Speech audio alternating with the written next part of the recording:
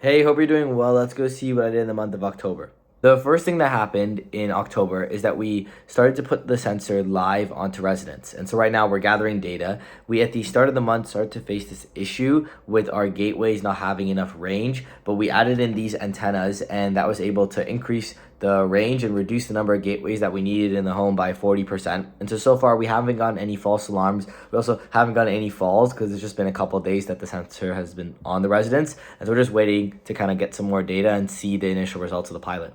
Regarding our long-term hardware strategy, we're still working with the contract engineering and manufacturing firm. We're going back and forth in terms of making sure there's like test and checkpoints in the actual process that's made, because it is really important to test things out in the retirement home versus in the environment that they're developing it in, because it is very different. In the retirement home, there's cement walls, there's a lot more range issues, and so we need to make sure that these things are tested in the retirement home. That's included in the actual process of working with them. And so we're just going through that before we can confirm things with them. In October, we also worked on improving the falls analysis tool. As a quick reminder, what it does is it takes a retirement home's fall data and automatically gives them all this information analyzed for their falls reports every month, but then also gives them key insights to reduce the number of falls that they have.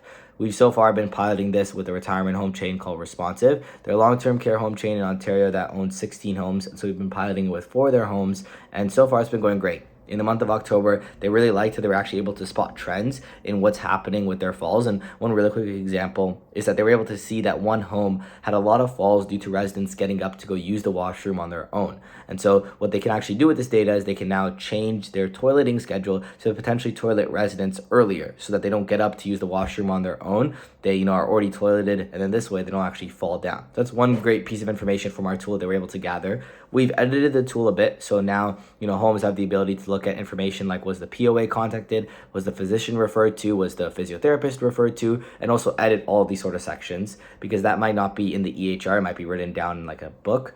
We also gave them the ability to download the information as a PDF so that ministry, when they come in, they can just see the PDF handout versus having to log into our platform.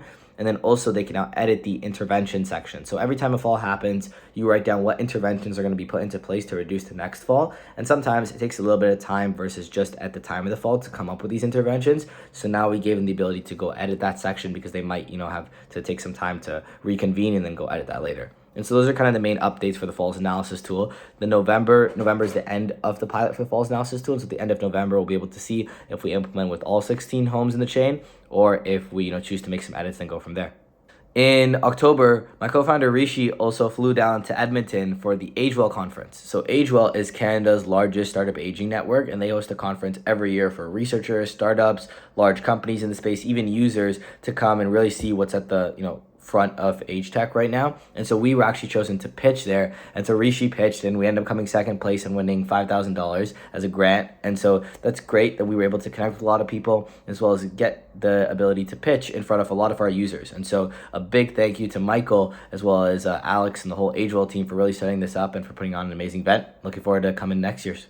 And for our patent, we're still looking to file it by the end of December. We've made a lot of good progress on this. We finished the claim section. Now what's left is just the drawings and the figures.